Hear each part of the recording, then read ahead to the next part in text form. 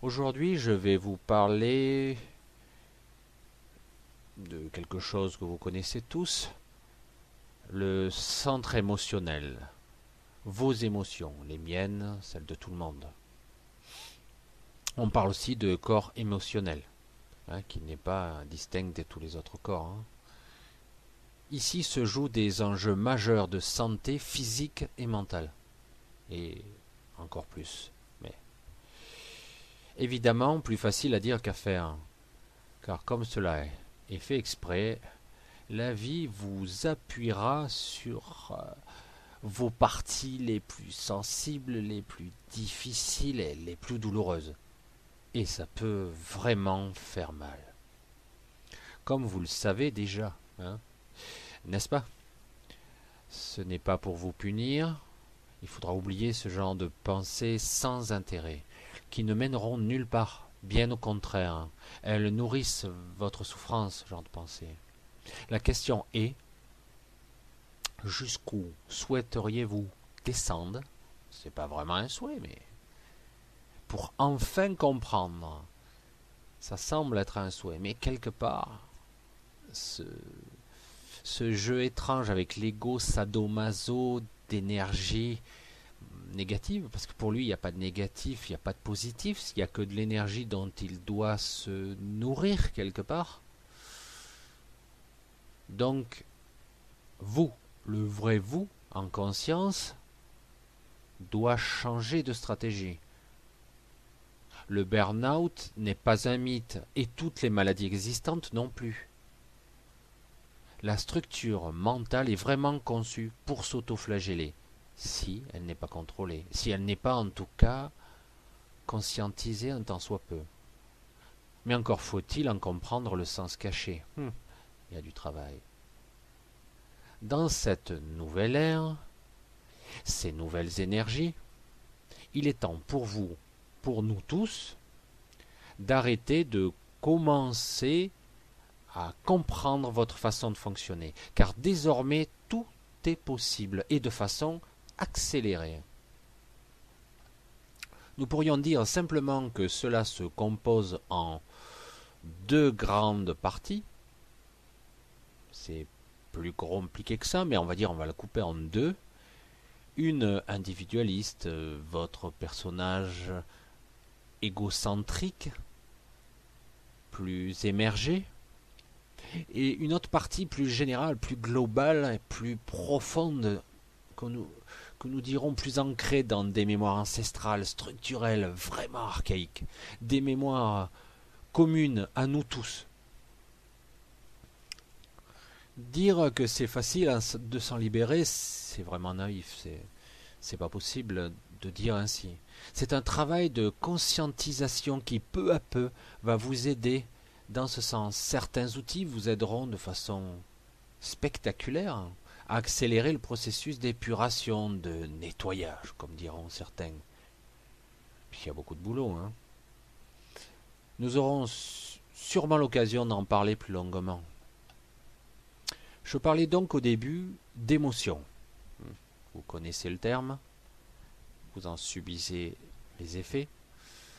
Cette structure dite immatérielle qui nous affecte tant et qui néanmoins nous rend si humains. Nous savons tous que cela peut faire très très mal. Et si cela dure, cela peut provoquer toutes sortes de douleurs bien réelles. Des douleurs de dos à tous les niveaux, articulaires, des sciatiques, des lombalgies, des maux de tête. Et selon l'endroit douloureux, cela démontrera une zone émotionnelle, en réalité reliée à chaque fois à une mémoire inconsciente refoulée, bien camouflée, et qui pourtant est parfaitement logique, lorsque on comprend enfin. Chaque douleur sera représentée dans votre structure physique et mentale par une souffrance émotionnelle et un souvenir s'y rattachant, qui semble pourtant ne plus exister dans le présent, mais qui est bien là, qui est bien là et bien enraciné. Bien évidemment, je simplifie, mais c'est l'idée générale. Le tableau est dressé, on va dire, le fonctionnement global. Ce genre de frustration, de souffrance émotionnelle peut parvenir à engendrer des maladies plus graves encore, voire provoquer la mort au final. On a du mal à imaginer. Hein. Ça a été l'erreur, pour certains, en tout cas pas tout le monde, hein, de certains médecins de traiter le corps et de ne pas traiter de façon globale l'individu dans sa totalité. Combien de personnes dans ce monde ont pris leur fardeau écrasant et se sont habitués à le vivre encore et encore quotidiennement, au point de trouver cela normal. Je pense que cela parle à beaucoup d'entre vous. C'est comme une habitude.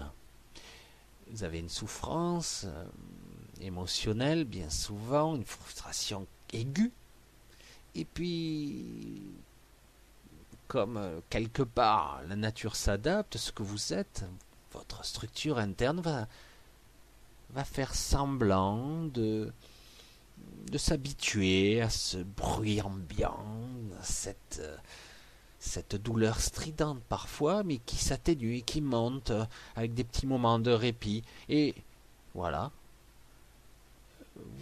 votre quotidien. C'est comme ça.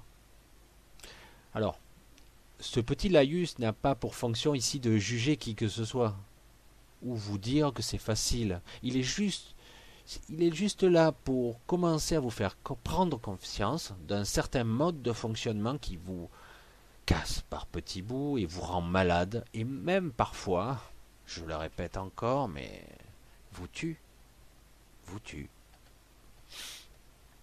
Oui, une façon de voir plus holistique, plus globale et néanmoins personnelle vous permettra de voir l'évidence, de comprendre les mécanismes sous-jacents qui nous fait tant de mal par moment. Mais est-ce nécessaire? Une fois conscient de tout ceci, il sera temps pour vous, pour nous tous, d'apprendre à vous détacher un peu, à moins vous identifier à votre personnage, votre ego, à ce monde, sans tout au moins sans s'en détacher totalement, mais moins s'identifier, en tout cas dans un premier temps. C'est un enjeu vital qui se joue ici. Apprendre à être, à incarner, sans être foudroyé à chaque fois qu'une émotion sous quelque forme que ce soit se présentera à vous. Pourquoi sont-elles là, ces émotions? Et pourquoi de façon répétitive? Aurais-je quelque chose à comprendre qui fait que c'est toujours là, à me titiller là où ça fait mal, jusqu'à me torturer? Comme vous le constatez, il y a un travail sur vous-même. Alors déjà, lorsqu'on dit travail, mince, pas envie. Et pourtant, c'est votre ego qui vous dit ça. À un moment donné, on doit pouvoir changer un mode de fonctionnement habituel, quotidien, qu'il faudra maîtriser peu à peu, sans stress. C'est de la simple prise de conscience. J'ignore ici si je développerai ceci. Nous verrons si ma route, mon chemin me mène jusque-là. Pour le moment, ma mission, si je puis l'exprimer ainsi, est d'être un éveilleur de conscience, en toute humilité, mais néanmoins en restant lucide sur une certaine discipline de vie qu'il nous faudra tous, à différents niveaux, acquérir. Nos niveaux respectifs ne sont pas tous les mêmes, mais qu'importe. On s'en balance, ce n'est pas important. Au final, en tout cas. Nous avons tous pris de bien mauvaises habitudes. On nous a un petit peu aidés depuis très très longtemps.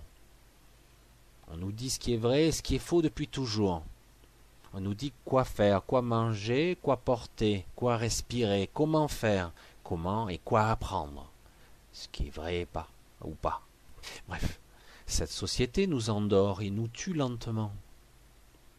Oui, je le dis, je le répète, nous tue lentement. Nous bride, nous limite. Il est donc primordial d'être aux commandes de votre vie le plus possible. Bon, c'est prétentieux de dire ça parce qu'il est clair qu'ici, on a le contrôle de rien. Mais cela passera par une reconnexion plus nette, plus puissante avec votre grand soi. Car c'est lui, vous le savez, qui détient les clés de votre existence, qui détient les clés de toute votre réalité.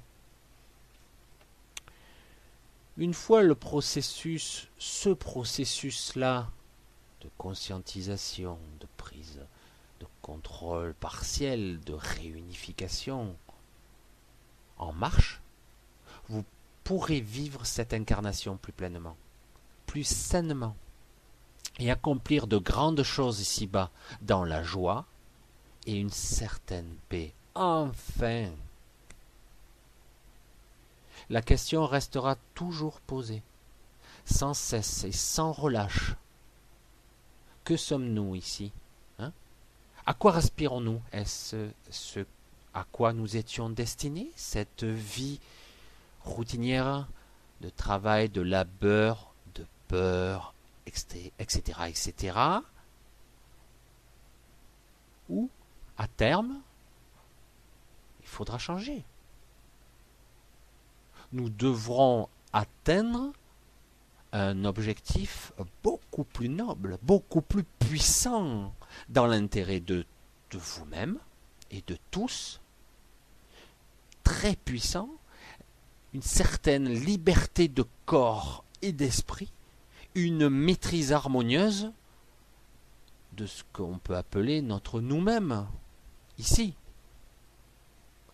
C'est ça le véritable objectif, ce concept que nous devons atteindre.